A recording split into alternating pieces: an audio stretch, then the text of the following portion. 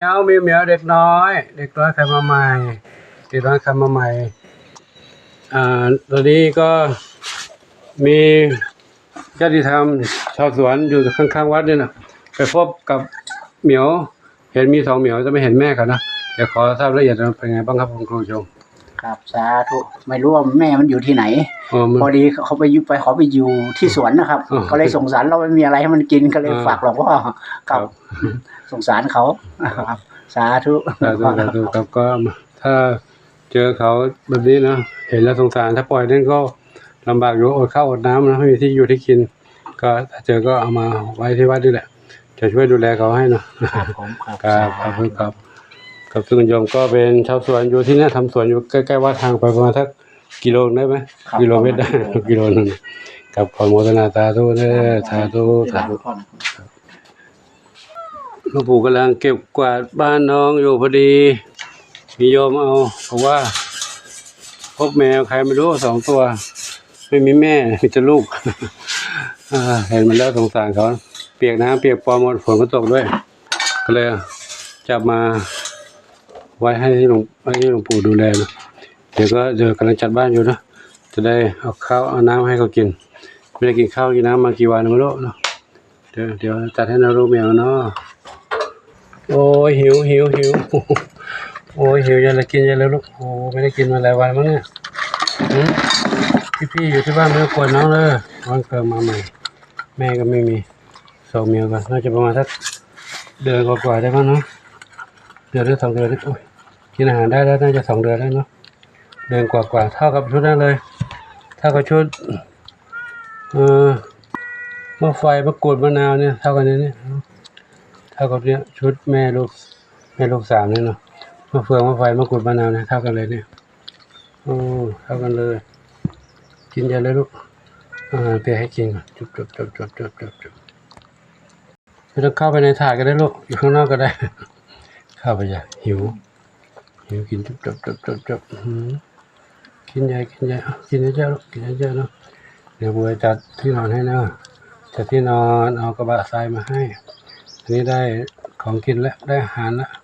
อาหารกับน้ำเอามาให้วันนี้แล้วเนาะอาหารกับน้ำในรถพี่เจดีทักทายน้องเหรอทักทายน้องมาใหม่ลูกมาใหม่นี่แหละถ้าอยู่วัดก็จะมีคนช่วยดูแลนะมันเยอะขึ้นเรื่อยๆแหละเยอะขึ้นเรื่อยๆแล้วตอนนี้เท่าไหร่แล้วเนี่ยจะ60แล้วจะ60 เมียวแล้ว60 เมียวแล้วมาแบบตัวเล็กๆนี้ก็ยังอยู่ได้อยู่นะถ้ามาแบบตัวใหญ่ๆนี่ไม่อยู่แล้วตัวใหญ่มาขังไว้เดี๋ยวเขาก็ออกไปได้อยู่เพราะเขาไม่เคยอยู่กับที่แบบนี้ไม่เหมือนกับเด็กเล็กเด็กเล็กเขารู้ว่าอยู่ในนี้ไม่มีที่ออกไปไหนได้เขาก็ไม่ไปตัวเมียใหญ่ๆออกกันได้หมดกินใจหมดแล้วโอ้เก่งลูกเก่งนะเก่งนะพี่อะไรมาเฝ้าดูด้วยนี่ใครพี่อะไรลูกพี่หนึ่งเดียว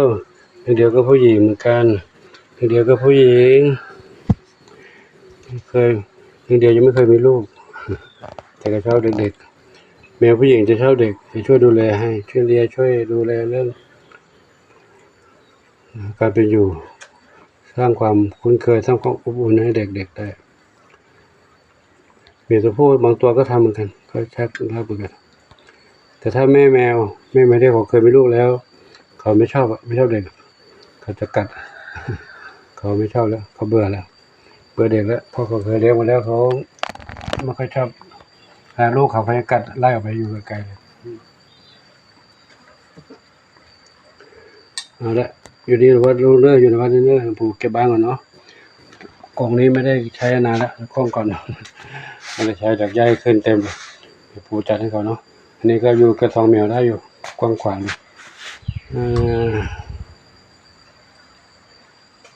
โตขึ้นจะได้ทำวัคซีนแล้วเนาะทำวัคซีนก็ทำหมันอีกก็ไปขอนำภาพนี้ให้กับทุกท่านได้รับชมไว้ที่นี้ก่อนเนาะเดี๋ยวปู่ขอทำงานเก็บตัวนี้ก่อนขออนุโมทนาสาธุอายุวโนสุขังพลัง วันนี้ก็ได้ช่วยชีวิตน้องเหมียวไว้2 เหมียวแล้ว2 เหมียวแล้วเนาะกินหมดเลยลูกอิ่มไหมน่ะฮะ อิ่มไหมโอ้กินเก่งเลยหมดเลยเกลี้ยงเลยเนาะเดี๋ยวบัวเอาหาเม็ดเด็กให้ลูกเด้อ ตอนนี้กินนี่ไปก่อนกินอาหารเปียกให้มันได้ย่อยง่ายๆก่อนเนาะอาหารเปียกย่อยง่ายจะได้มีกำลังลูกเนาะจะได้มีกำลังครับก็ฝาก FC ด้วยเนาะฝาก FC ด้วยหาเหมียวเด็กหาน้องเหมียวเด็กหาเปียกไปเด็กกินง่ายเด็กกินอาหารเปียกง่าย